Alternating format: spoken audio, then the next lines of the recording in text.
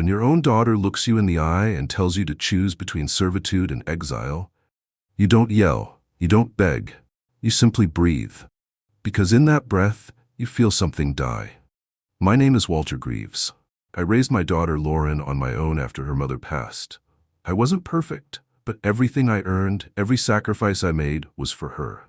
And now, here I was, standing in the middle of her designer kitchen, gripping the edge of the counter just to keep myself grounded, while her husband, Trent Huxley, leaned against the fridge like he owned the place. And maybe he did, in more ways than one. He didn't even look at me when he said it.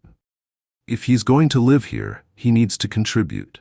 That means taking care of the house, doing the errands, and helping with whatever we need.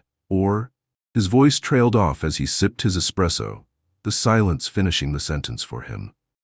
Lauren stood beside him, arms crossed, jaw tight. Her eyes didn't rise to meet mine. She couldn't, because even she knew what this was. It wasn't a request, it wasn't a discussion, it was an ultimatum. They had invited me to stay with them after I lost my rental. Rent had gone up. My pension didn't stretch as far. Lauren said it was only temporary. Of course, Dad, you're family. But I wasn't treated like family. Not anymore. I was treated like a liability. A piece of old furniture you only keep because you're too guilty to throw it away. The first month, I kept quiet. I cooked dinner, washed their laundry, fed their cat. Trent would toss his gym bag at my feet when he walked in. "Appreciate it, Walt," he'd say, like I was the doorman at his condo. I said nothing. I didn't want to strain Lauren's marriage. But silence, I've learned, doesn't keep the peace. It just delays the explosion. Lauren sat me down that morning as Trent scrolled through his phone and said, "Dad, Trent and I talked. We just need a little more help around here. You know, to balance things. You're not paying rent, so it's only fair." There. That word rolled off her tongue like it meant something, as if fairness was the standard now. As if fairness had governed my life when I worked 3 jobs to put her through school, or when I sold my tools to cover her wedding deposit. Fairness didn't raise her. I did. I looked at them both, not with anger, but with the kind of clarity that hits you when a dream turns into a waking nightmare. They weren't asking me to contribute.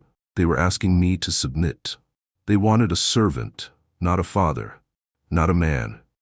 Not someone who had once taught Lauren to ride a bike, patch a flat tire, or stand up for herself in 3rd grade when a boy made her cry. That man didn't exist to them anymore. "Is this what you both want?" I asked, my voice level. Lauren hesitated, then nodded slowly. Trent didn't say a word, just smirked. I stood up, walked to the guest room, and opened the closet.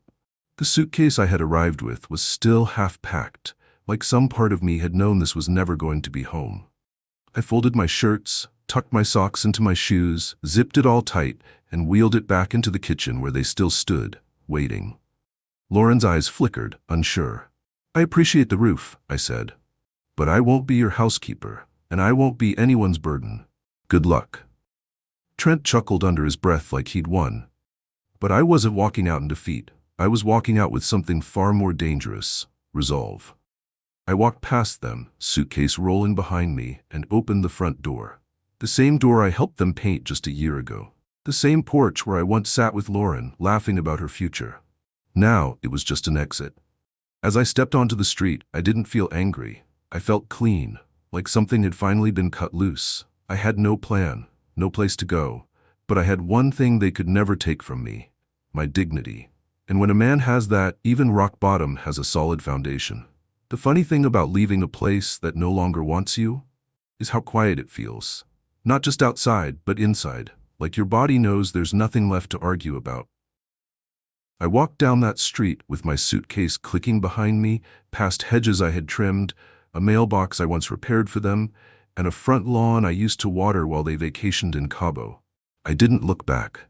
Not because I was proud, but because I knew they wouldn't be watching anyway. I made it to the bus stop and sat down. The city was still waking up. A jogger passed. A dog barked across the street. Somewhere in the distance, the world kept moving. But for me, time had folded in on itself. My daughter, my own flesh and blood, had chosen comfort over connection. And her husband, well, Trent had never liked how much space I took up just by existing. I always got the feeling that my presence reminded him he hadn't built anything on his own. Maybe that's why he needed me small. Easy to ignore, easy to command. I checked my wallet, $47. One transit card. My phone battery sat at 12%. No unread messages, no missed calls. Not even from Lauren. She'd made her choice and she wasn't second-guessing it. That realization hit harder than anything Trent ever said to me. The bus arrived. I got on, found a seat near the back, and stared out the window as the city peeled itself open, block by block. For the first time in years, I had nowhere to be. No one to check in with, no list of errands or groceries. It was terrifying, and a little bit peaceful. I ended up at a small diner I used to visit before Lauren got married. It hadn't changed. Same cracked leather booths, same grumpy waitress with the kind eyes. I ordered a black coffee and a slice of toast, not out of hunger, but routine. When you're in shock, the body clings to anything that feels normal. As I sat there, I started making a list. Not a bucket list, not a to-do list, a truth list. Just the things I knew for sure now that the mask had come off. 1. Blood doesn't always mean loyalty. 2. Love without respect is just obligation in disguise. 3. When someone shows you how little they think of you, believe them the first time. I didn't write any of it down, just kept them in my head, letting each truth settle like sediment in water. The waitress filled my coffee. "Rough morning?" she asked, not unkindly. "You could say that," I replied. "Lost a roof, gained a lesson." She smiled faintly and moved on. No pity, just acknowledgement. And that was enough. I stayed in that booth for almost 2 hours, thinking about all the things I wouldn't have to do anymore. I wouldn't have to hear Trent complaining about how hard it is to run a business while I folded his underwear. I wouldn't have to listen to Lauren ask me not to correct him, not to contradict him, not to be so old-fashioned. I wouldn't have to sit in a house full of people pretending I didn't exist unless something needed fixing or cleaning or paying for. When I left the diner, I made a call to Marvin Poe, an old friend I hadn't spoken to in a while. Marvin was the kind of man who knew how to listen without offering advice unless asked. I told him what happened, the whole thing. He didn't interrupt. When I finished, there was a pause. "You need a place to land?" he asked. "I won't be in your way." "Don't be stupid. You were there for me when Sherry passed. You think I forgot that? Get over here. Spare room's yours." I thanked him, hung up, and felt something I hadn't felt since the night Lauren said, "I do," to a man I never fully trusted. Relief. I arrived at Marvin's a few hours later. He lived just outside town, a modest one-story place with a porch swing and a dog that barked but didn't bite. He welcomed me like family, no questions, no conditions. "You're not a burden," he said. "You're a man rebuilding." That night, lying on a real bed with clean sheets and no tension in the air, I stared at the ceiling and realized something important. I wasn't homeless. I was free. Free from walking on eggshells. Free from Trent's passive aggression. Free from Lauren's disappointing silence. I didn't know what the future held, but for the first time in a long time, I wasn't afraid of it. I had walked out of their house with a suitcase and nothing else, but that suitcase held more than clothes. It held history. And history, if you carry it right, becomes armor. They wanted me gone, and now I was. But they hadn't counted on one thing. I wasn't gone in defeat. I was gone in preparation. I used to think I knew my daughter, knew the way she laughed when she was nervous, knew the way she tugged at her sleeve when she was lying, knew the way her voice cracked just a little when something bothered her, but she didn't want to talk about it. I watched that girl grow up in front of me, fall off bikes, win spelling bees, cry over breakups, stay up late to study for scholarships I couldn't afford to help with. She was strong. She was mine. Until she wasn't. The man who stole her wasn't a thief in the traditional sense. He didn't sneak in at night or take her away kicking and screaming.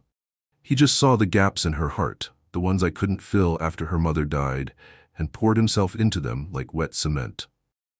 Trent Huxley had a silver tongue and expensive shoes. The first time he came to dinner, he shook my hand like he was closing a business deal. Called me sir, with that smug little tilt of the head that said he was only doing it to be charming. And Lauren? She lit up, like she'd just brought home a trophy. He wasn't cruel at first, just dismissive. The kind of man who smiles as he talks over you, who answers a question you weren't asking, Who finishes your daughter's sentences so she doesn't get the chance to think for herself? I watched it happen in slow motion. The way she stopped challenging him, the way she started repeating his phrases, the way her values started to sound like his, shinier but hollow.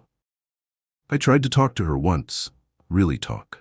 I waited until Trent was out of the house, sat her down with a cup of tea like we used to do back when it was just the two of us. I asked her if she was happy, not comfortable, not secure. I said, "Are you happy, Lauren? Really happy?" She looked at me for a long time, like she wanted to say something that had been building for years. But all that came out was, "Dad, Trent is my husband. I need you to respect that." Respect. Another word used like a blade. I respected her. I respected the life she wanted. But Trent? He didn't ask for respect. He demanded obedience. There's a difference. And I wasn't about to kneel to the man who slowly drained the fire out of my daughter's eyes. Over time, I saw less and less of the Lauren I raised. She used to challenge injustice. Now she justified it. She used to stand up for people. Now she stood beside a man who only stood for himself. The change wasn't overnight. That's the cruel part. It was gradual, like erosion, until one day I looked at her and realized she didn't need to be taken. She had already surrendered, and still I stayed silent, because I believed love could outlast confusion. That if I just kept showing up, kept being the father she used to trust, she'd eventually remember who she was before Trent rewrote her story. But I was wrong. Silence doesn't save someone who doesn't want to be rescued. The night before she gave me that ultimatum, I overheard them arguing in the kitchen. Trent was pacing. Lauren was whispering, sharp, quick words like she didn't want me to hear. "He's not doing anything," Trent snapped. "He just sits around. It's weird. You said this would be temporary." "He's my father, Trent." "No, he's a couch with memories." That line stayed with me. A couch with memories. That's how he saw me. And worse, that's how she allowed me to be spoken about. Not once did she stop him. Not once did she say, "Don't talk about him like that." And maybe that hurt more than anything else. Trent didn't just change Lauren. He reshaped how she saw me, turned me from a man into a chore, from a father into a burden. And when someone sees you as a burden long enough, they stop recognizing your humanity. But here's the thing about burdens. They don't always stay where they're placed. Sometimes they pick themselves up and walk away. And that's what I did. I left not because I was weak, but because I refused to stay somewhere I wasn't seen. I refused to be a ghost in the home I helped build. I refused to watch the woman I raised disappear behind a man who had never earned her, only captured her. Trent may have taken her attention. He may have taken her loyalty, but he will never take away the truth of who I am.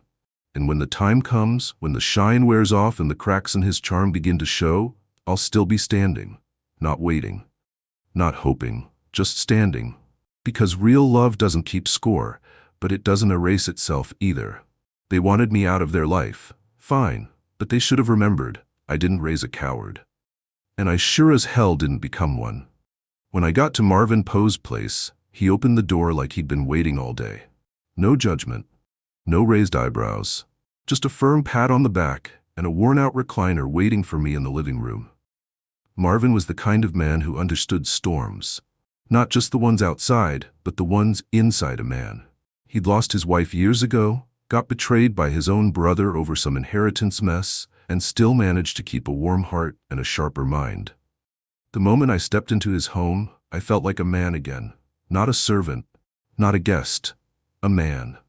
"Bathroom's down the hall. You're in the spare room. Don't flush the toilet too hard. It squeals like a banshee," he said, already heading back toward the kitchen like this was routine. I laughed for the first time in weeks. It felt strange, like a muscle I hadn't used in a long time. That night, I took the longest shower of my life. Not because I needed to be clean, but because I needed to feel human again. The steam melted something off me. Maybe shame, maybe grief, maybe years of holding back words just to keep peace that was never real. The next morning, Marvin handed me a cup of coffee before I even asked. "We're going fishing," he said. I blinked. "I haven't fished since." "Exactly," he cut in.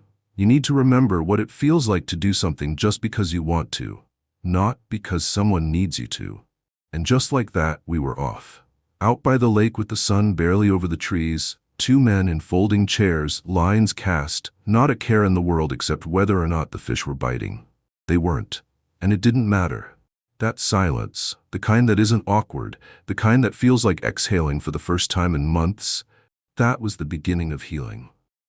I told Marvin everything, the way Trent spoke to me like I was an appliance, the way Lauren stopped defending me, the way I packed up my life in a suitcase without a single tear from either of them.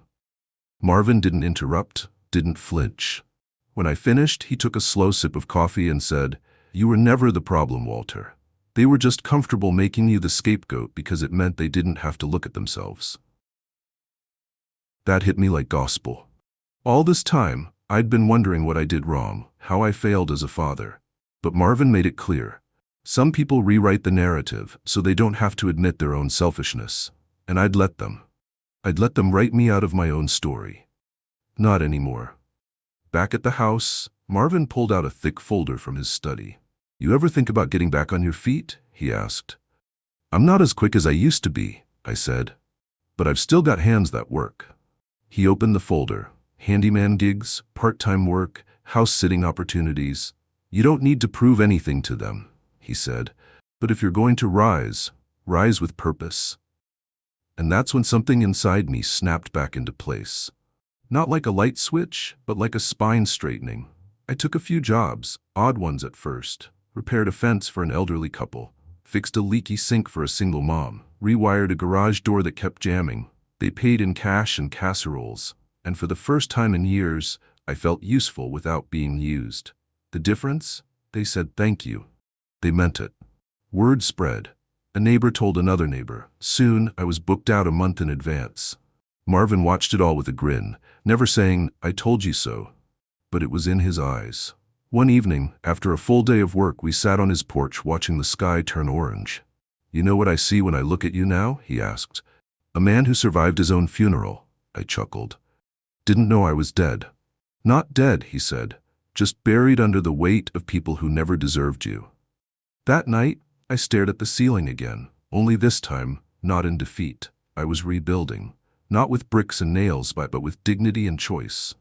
I didn't have much, but I had self-respect, and that was more than anything Trent's money could buy or Lauren's silence could take from me.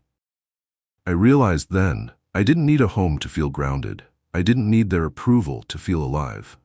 What I needed was what Marvin gave me without ever asking for anything back. Space to be myself. And slowly, piece by piece, I was becoming that man again. Not the version they tolerated, but the version they were too blind to appreciate. There comes a moment when a man looks in the mirror and stops asking, "What did I do wrong?" and starts asking, "Why did I let them treat me like I did?" That moment came for me on a Thursday morning, 2 weeks after I moved in with Marvin. I was in the middle of repairing an old garage door for a neighbor when it hit me. I hadn't apologized to anyone that week. Not once. Not for taking up space. Not for being tired. Not for asking a question. Not for existing. And I couldn't remember the last time that had happened. I used to apologize for everything. For Lauren feeling stressed. For Trent being rude. For the air conditioning bill being too high. For knocking over a glass. For sitting too long in the living room like my very presence was an inconvenience. Even when I was doing things for them, fixing pipes, cooking dinner, helping with their taxes, I felt the need to explain myself. "Don't worry, I'll get out of your way soon. Sorry, I'll clean that up. My mistake. I'll handle it." And they let me. They let me shrink, because small things are easier to ignore. That day, after finishing the repair, the woman handed me a check and said, "You saved me. I had 3 contractors bail on me. You showed up." That's it. No backhanded comment. No expectations. Just gratitude. I walked back to Marvin's with the sun on my shoulders and my chest open like I could finally breathe again. When I got inside, Marvin was sitting at the kitchen table reading the paper. I poured myself a cup of coffee and said, "You know what I realized today?" He looked up. "What's that?" "I've spent the last 5 years apologizing for being alive." He folded the paper slowly. "And? I'm done," I said. "I'm done being sorry for who I am." He smiled. "About damn time." That afternoon, I found the courage to open a box I hadn't touched since leaving their house. It held photos of Lauren as a kid, of me and her mother before the cancer, of birthday cakes and bike rides and tiny hands holding mine. I stared at one photo of Lauren when she was about 9, sitting on my shoulders at the park, both of us laughing so hard her face was nearly buried in her curls. I didn't recognize that version of her anymore. But I did recognize myself. The man who loved without keeping score, who gave without demanding praise. That man was still here, just quieter, covered up by years of bending over backward for people who only ever saw the floor beneath him. I decided to write Lauren a letter, not to beg, not to guilt, just to speak. I wrote, "I hope you're well. I found a place where I'm treated like a person again. I'm working, living, and healing. I miss the girl you used to be, but I respect the woman you've become, even if I don't understand her. I won't chase you, but I won't forget you either. You are always my daughter, even if I am no longer your father by choice." I didn't send it. I folded it and put it in the back of my wallet. Maybe one day, maybe never. But writing it felt like closing a chapter. I didn't need her to read it. I just needed to know that I could say what I needed without fear of being shut down. That night, Marvin and I shared a bottle of whiskey on the porch. He told me about the first time he stopped apologizing. After Sherry died, I kept saying sorry to everyone. Sorry I was sad, sorry I wasn't ready to date, sorry I couldn't come to every event. Then one day I realized no one was saying sorry to me. So I stopped, and life got quieter, but it also got real. I looked out at the stars. Quiet sounds good. It is, he said. You just have to stop filling the silence with people who don't deserve your voice. The next morning, I stood in front of the bathroom mirror and did something I hadn't done in years. I looked myself in the eyes and said, "You're not a mistake." I didn't cry. I didn't flinch. I just stood there, owning every wrinkle, every scar, every story etched into my face. I had been made to feel like a burden for so long that I had forgotten what it felt like to belong to myself. But now I was building a new kind of home. One made of respect, boundaries, and truth. And truth is this: the day I stopped apologizing was the day I started living again. It started with a knock at the front door. Not aggressive, not timid, just calculated. Like someone knocking already knew they were expected, even when they weren't. Marvin was out back mowing the lawn. I opened the door, expecting the mailman or maybe a client needing a repair. Instead, I was greeted by Lauren, my daughter, standing there with a polite smile that didn't quite reach her eyes and a purse slung tight across her chest like armor. It had been over a month since I left. She hadn't called, hadn't texted, and now here she was, acting like this was some surprise check-in. "Hi, Dad," she said, her voice soft, like we were strangers passing in a hospital hallway. I opened the door wider, unsure of whether to let her in or close it behind me. "Lauren," I said, nodding. No hug, no small talk, just silence sitting between us like a heavy coat nobody wanted to carry. She stepped inside without asking. She looked around Marvin's place like she was assessing damage. "This where you've been staying?" I nodded. "It's peaceful." She gave a tight smile. "Trent found out through one of your old clients. They recognized your name on a service board." That was intentional on my part, using my real name again. For once I wasn't hiding, but the fact that they were looking? That unsettled me. "Why?" I asked. "Why did he need to know?" She didn't answer right away. Instead, she walked over to the kitchen table and sat down like she belonged there. "He's concerned," she said. "You left so suddenly. There are things at the house that still need sorting. Legal things, financial things." There it was. Concern wrapped in paperwork. I leaned against the doorframe, crossing my arms. "You didn't care about those things when I was fixing your roof for free or covering your electric bills." She flinched. Not dramatically, just enough for me to see I'd landed a hit. "I didn't come to fight," she said. "Then what did you come for, Lauren?" I asked. "Because unless you came to apologize, I don't see what we need to talk about." She looked at me then. Really looked. And I saw something flicker in her eyes. Regret? Confusion? Maybe both. "I miss you," she said. It came out in a whisper like she was ashamed of the words. I didn't reply, because I didn't know if I believed her. Or worse, I didn't know if I cared anymore. She stood up. "Trent wants to meet, neutral ground, just to talk about next steps." "Next steps?" I said, raising an eyebrow. "This isn't a negotiation." I walked away from a situation that treated me like a footnote. There are no next steps. Her face changed then, hardened. The daughter who once begged me to tuck her in was gone. In her place stood a woman caught between two loyalties and trying hard to act like only one of them mattered. If you're not going to help us resolve things, Trent's prepared to take legal action. I almost laughed. Legal action for what? Breathing without his permission? She stepped toward the door. We don't want it to come to that.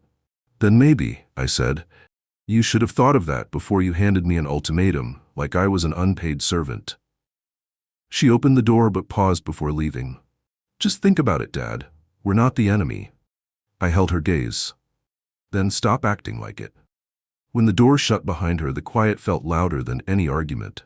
Marvin came in a few minutes later, wiping sweat from his forehead. Was that who I think it was? I nodded. She found me. He poured 2 glasses of water and handed me one. You okay? Yeah, I said, even though my stomach was churning. They want to talk, legally. Trent's planning something. Marvin sat down across from me. You gonna meet him? I stared into the water, watching the condensation drip onto the table. I don't know yet, but if I do, it won't be as the man they used to push around. That night, I couldn't sleep. I kept going over the conversation, trying to figure out what part of it had felt real and what part was just manipulation in a softer tone. I realized something. They didn't come looking because they missed me. They came because I was no longer under control, because I had removed myself from their grip, and nothing threatens a manipulator more than losing the one person who used to absorb their chaos. They weren't checking on me. They were checking the damage. And if they wanted a war, I wasn't afraid anymore. Not because I wanted revenge, but because I had finally found peace. And peace is something worth protecting. When Marvin first mentioned her name, I thought he was joking. Delilah Cross, he said, sliding a card across the table. She's not just a lawyer, she's a scalpel. Cuts clean, cuts deep, and leaves the other side wondering how they ever thought they had a chance. I looked down at the card. Elegant font, no slogan, just the name, number, and a small emblem of balanced scales that somehow looked more like a threat than a promise. I ran my thumb over the edges. I wasn't sure I needed a lawyer. I wasn't sure I wanted one. But something told me I should keep the card anyway.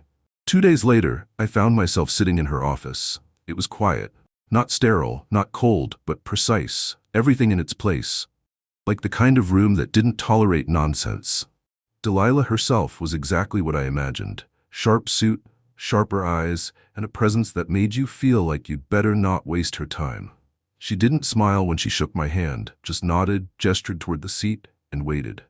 Marvin said you're dealing with a family matter, she said, flipping open a leather-bound notepad.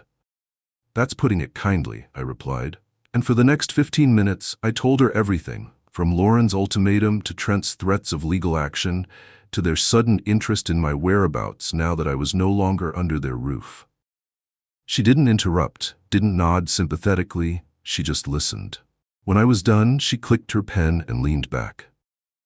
You don't need to worry, she said. If they try to come after you legally, they'll find themselves tangled in a mess of their own contradictions. They've treated you like unpaid labor for years, and now they want to leverage your absence like a breach of contract? She scoffed. Let them try. Something in me loosened at her words. Maybe it was relief. Maybe it was the validation I didn't know I needed. Delilah pulled a folder from her desk drawer. Let's get proactive, she said. You're not just going to defend yourself, you're going to make sure they can't twist this narrative in their favor. She outlined everything, documenting my unpaid work around the house, gathering witness accounts from neighbors who saw me doing repairs, and compiling messages or receipts that could support my contributions. It was strange, sitting there while someone built a case not just for justice, but for dignity. By the time I left her office, the fear that had sat in my chest for weeks had started to evaporate. I wasn't powerless. I wasn't trapped. And for once, I wasn't going into battle alone. Back at Marvin's, I told him everything. He grinned. Told you she was the one for the job. She doesn't play around, I said. She doesn't have to, Marvin replied. She knows the law and she knows people. She'll see through Trent's performance before he even starts. Over the next week, Delilah worked fast. She drafted a cease and desist letter for any attempts to contact or intimidate me further. She also submitted preliminary documentation in case they moved forward with legal claims. Everything was clean, tight, and strategic. Meanwhile, I kept working, fixing gutters, rewiring old outlets, even painting a porch for a retired schoolteacher. Life went on, and for the first time, I wasn't just reacting. I was rebuilding with intention. Then the email came.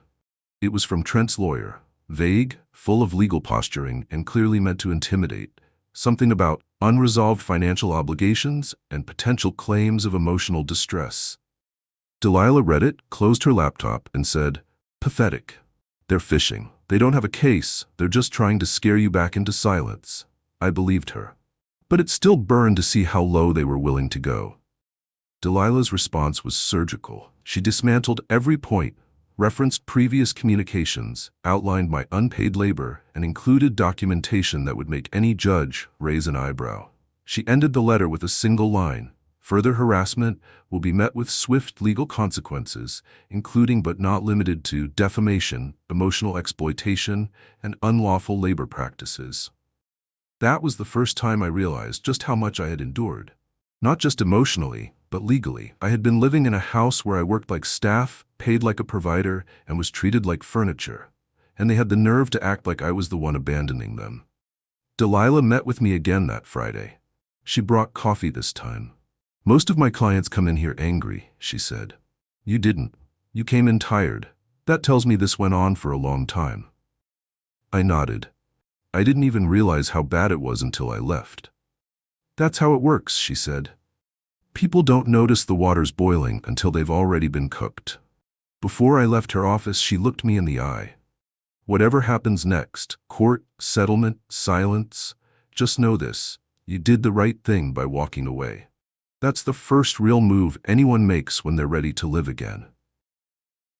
I thanked her, not just for the legal protection, but for reminding me that I had value beyond what I could do for other people. That I was a man with a name, and not just a role to fill. And for the first time in a long time, I walked out of an office not feeling small, but standing tall.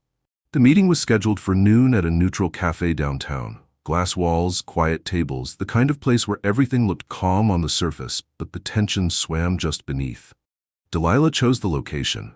"Let them feel in control," she said. "It'll make what we say sting more." I arrived early, not out of anxiety, but strategy. I wanted them to see me settled, unshaken, already owning the space. I sat at a corner table near the window, ordered a black coffee, and waited like a man who had nothing to prove and even less to lose. At 12:01, they arrived. Lauren walked in first, her expression polite, rehearsed. She looked thinner in the emotional sense, like someone who'd lost parts of herself she didn't want to admit were gone. Then came Trent, wearing his usual smirk and arrogance like a tailored suit. He scanned the cafe like he expected applause. They saw me, hesitated, and then approached. No smiles, no handshakes. I didn't stand up. That part of me, always eager to please, had died. "I wasn't sure you'd come," Lauren said, lowering herself into the chair across from me. "You asked," I replied. "I don't ignore invitations the way I was ignored." Trent leaned forward, adjusting his cufflink like he was preparing for some boardroom pitch. "We're not here to fight," he said. "We just want to find a reasonable resolution." "Resolution," I echoed. "You mean regaining control. You want to make sure the man who used to mow your lawn and pay your electric bills doesn't start telling people what really happened." Before either of them could respond, Delilah walked in, calm, composed, with a folder in her hand and a look in her eyes that said she'd already won.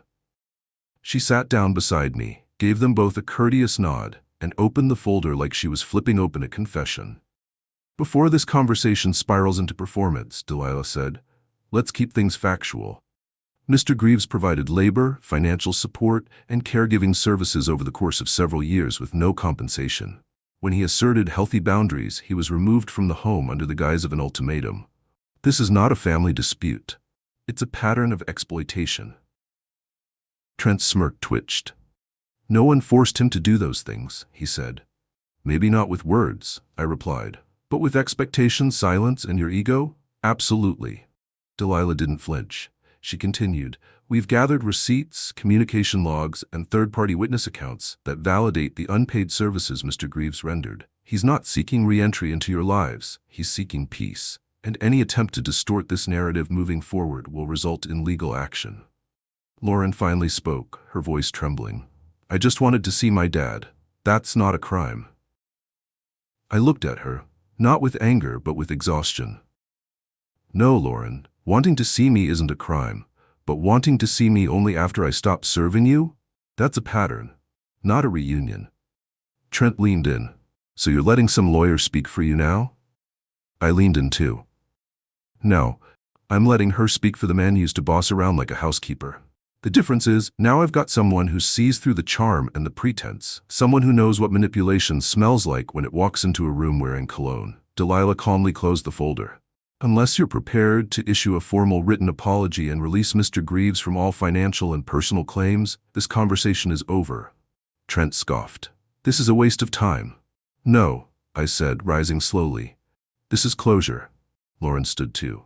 Dad, please, can we just talk? Without all this? Her eyes were watery. But so were mine once, when I stood outside her house with nowhere to go and no one asking if I was okay. No, sweetheart, I said gently. We already talked, and when I needed you to speak up, you stayed silent. Now my silence speaks for me. Delilah and I walked out. We didn't look back. We didn't need to. On the way to her car, she said, most people fall apart in those rooms. I shrugged. I already fell apart. Now I'm rebuilding. That night, back at Marvin's, we sat out on the back patio with music playing low and the grill sending up smoky ribbons into the dusk. He handed me a beer, then raised his own in a quiet toast to finally saying what needed to be said. I clinked mine against his, to not saying it with anger but with clarity. Because the truth is, when you finally confront those who tried to shrink you, you don't need a raised voice. You need a raised standard. And that's what this was. A new standard for what I would accept, what I would allow, and who I would ever let close again. I wasn't just done with them. I was done explaining my worth. I never thought picking out doorknobs would feel like freedom. But there I was, standing in aisle 9 of a hardware store, comparing brushed nickel to matte black, like it was the most important decision in the world. And in a way, it was. Because for the first time in years, the door they were going on would be mine. It wasn't a mansion. It wasn't even a house in the traditional sense. It was a modest 2-bedroom fixer-upper on the edge of town with uneven floors, a cracked driveway, and a roof that whined when the wind blew too hard. But it was mine. My name on the deed, my hand on the key, no one else's shadow in the hallway. Marvin had helped me find it. It's got bones, he said when we first pulled into the driveway. Not pretty ones yet, but they'll hold you. He wasn't wrong. The place needed work, but I wasn't afraid of that. I'd been rebuilding everything from the ground up. My boundaries, my dignity, and my life. Fixing a few walls and laying new tile, that was easy compared to untangling the emotional mess I'd left behind. The first night I slept there, I didn't bring much, just a mattress, a lamp, and a coffee maker. I didn't even hang curtains.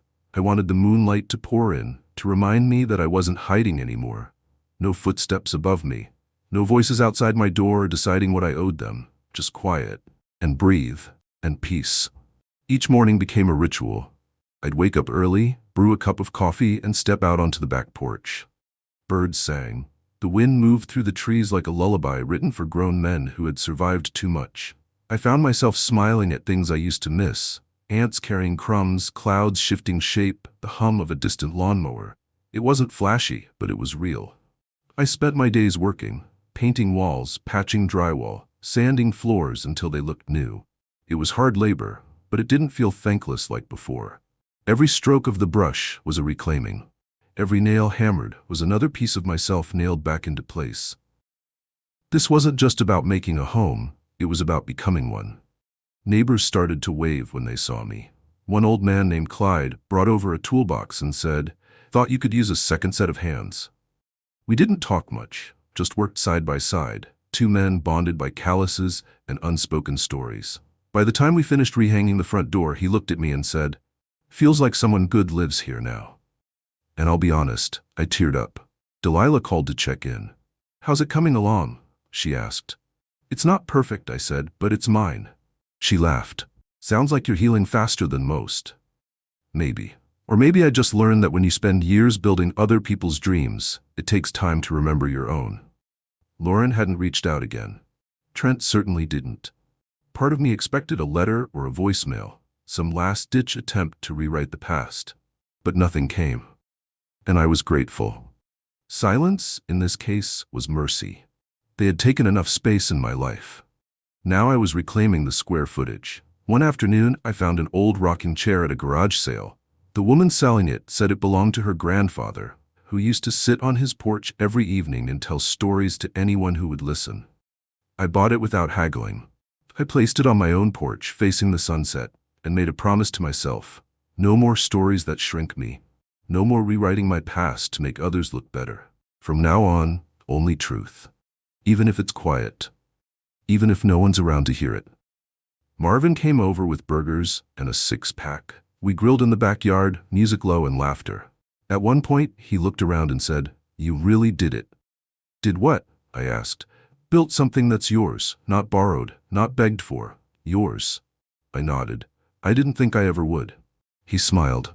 "That's how you know it's real. It didn't come easy." As the sun dipped behind the trees, casting orange across the sky, I sat back in my chair, beer in hand, heart steady. This wasn't revenge. This wasn't even justice. This was something quieter, deeper. This was peace. Because sometimes the greatest act of defiance is to live well, not to hurt them, but to finally stop letting them hurt you. There's a rhythm to peace that no one prepares you for. When you've lived in chaos long enough, silence doesn't feel like comfort. It feels suspicious. You wake up expecting something to go wrong, waiting for someone to bark your name from the hallway, for guilt to start knocking on the door. But it never comes. Just birdsong. Just the breeze. Just the quiet realization that the noise was never part of you. It was just the people you kept trying to save.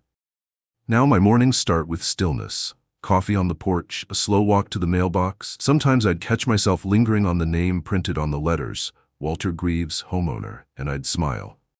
Not Lauren's dad, not Trent's handyman, just me. And that was more than enough. I started spending my weekends teaching at a local workshop, a program for young men learning basic carpentry. I didn't do it for applause. I did it because I knew what it felt like to go years without anyone handing you a tool or showing you how to stand on your own. One of the boys, barely 19, stopped me after class once. "You don't talk much," he said, "but it always feels like you're saying something important." That one sentence stayed with me longer than most of the words my daughter ever said. During the week, I picked up part-time work at a garden center. Nothing flashy, minimum wage, calloused hands, dirt under my fingernails. But watching plants take root, seeing them stretch toward the sun day after day, it felt sacred, like maybe the soul heals the same way. Not all at once, but one gentle inch at a time. Even errands started to feel like affirmations. I walked into the hardware store one afternoon, and the cashier greeted me with, "Back again, Mr. Greaves?" I chuckled, trying to make this place feel like home. She scanned my things and said, "Looks like you already have." Funny how strangers can see what family never could. Delilah stopped by the house to check on me. She stood at the door, looked around at the shelves I built myself, the modest art on the walls, and nodded with a grin. "You've done more than move on," she said. "You reclaimed something they never gave you permission to have." I knew exactly what she meant. My own space, my own story, my own worth. And then, weeks later, the call came, or rather the voicemail. Lauren's voice, thin, soft, a shadow of who she once was. "Hi, Dad.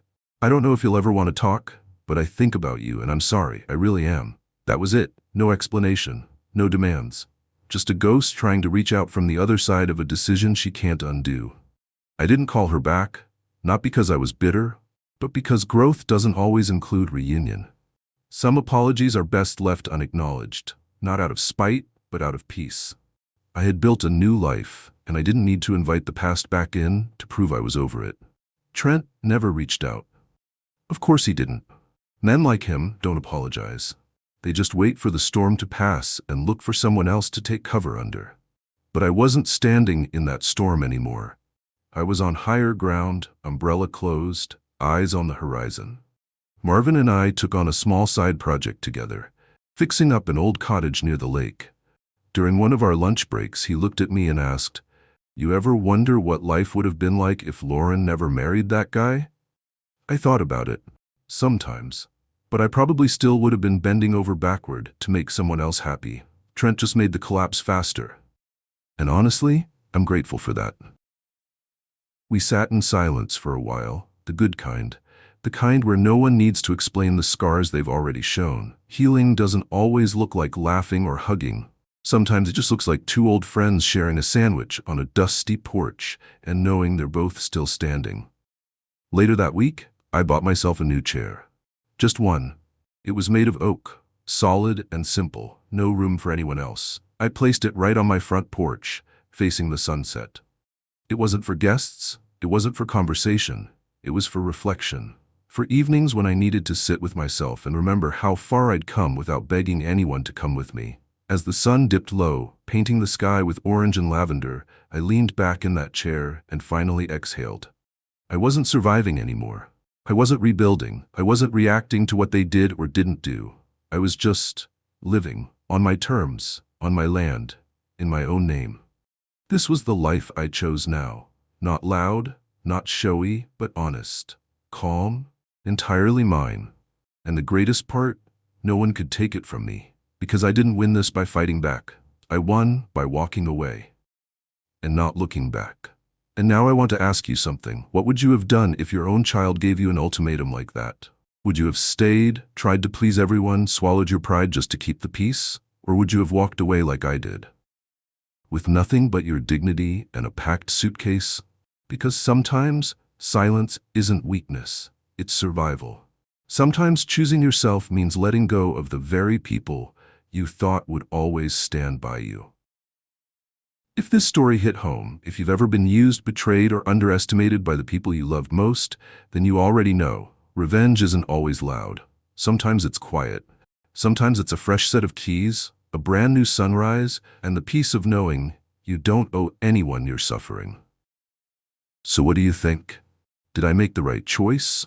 Would you have handled it differently? Drop your thoughts in the comments. I read every single one. And if this story moved you, if it made you feel seen, or reminded you of your own strength, then don't keep it to yourself. Like this video, share it with someone who needs to hear it. And subscribe to Revenge is Mine for more gripping stories of betrayal, justice, and the quiet power of walking away on your own terms. Because here on this channel, every betrayal has its reckoning, and every story deserves its moment of revenge.